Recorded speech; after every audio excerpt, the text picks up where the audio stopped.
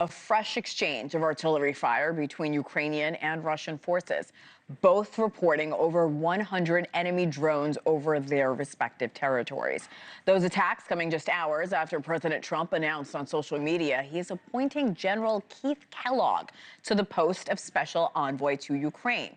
Now, Kellogg was initially the special envoy for Russia as well. His title then changed after Russian officials had sought to exclude Kellogg from talks aiming to end the war. A lot happening here. Here with us now is former advisor to Ukrainian President Zelenskyy, Igor Novikov. Igor, good morning from New York. Welcome back. Good morning, New York. Hi. Great to see you. So President Trump appointing General Kellogg, like I mentioned, after Middle East envoy Steve Witkoff's meeting with President Putin.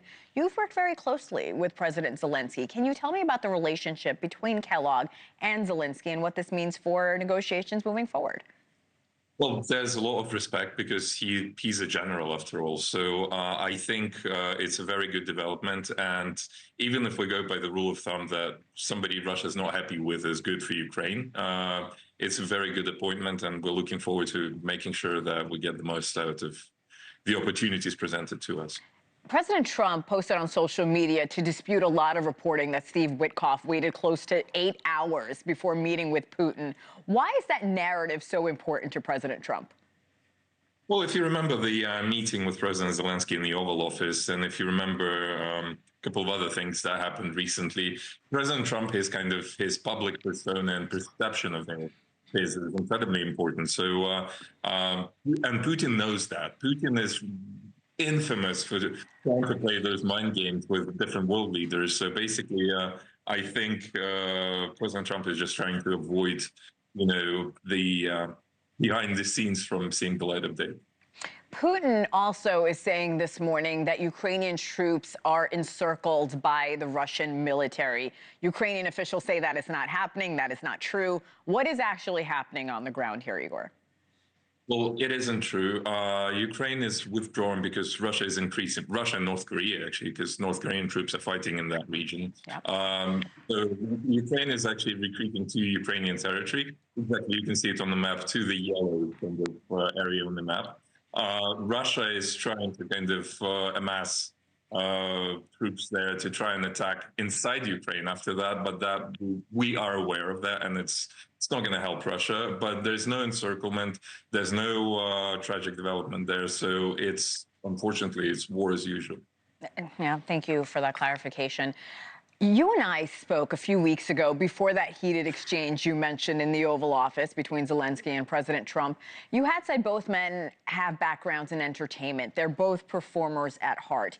Do you still stand by that characterization? Do you think that's what led to such a spectacle a few days after you and I spoke?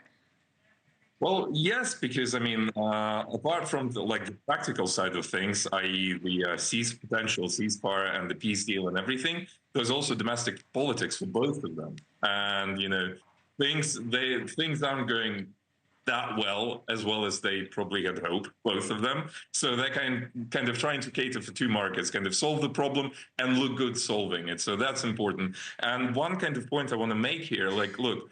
This ceasefire arrives the moment Russia stops firing.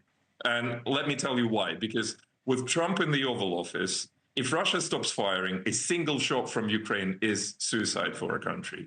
Literally suicidal. So this war can end, or a ceasefire can be achieved merely like that if Putin just says stop firing. Because Ukraine will not dare fire back if that happens. That is such interesting insight.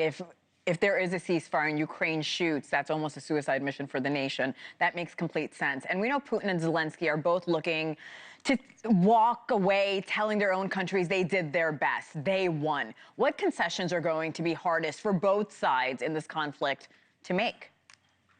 Well, I wouldn't compare Zelenskyy to Putin because Sure. One is a war hero, one is a war criminal. Yes. Secondly, Zelenskyy is a democratically elected leader of a democracy, so he cares about what people think. Putin does care because he's a bit of a chicken in that sense. He's only strong against the weak, but at the same time, he doesn't care to the same degree that Zelenskyy does about what people think. So for Putin, it's grab as much as possible, play to Trump's weaknesses, play delay tactics, and hope for chaos. He's an agent of chaos. Thanks for watching. Go to joinnn.com to find NewsNation on your television provider. And don't forget to click the red subscribe button below to get more of NewsNation's fact-driven, unbiased coverage.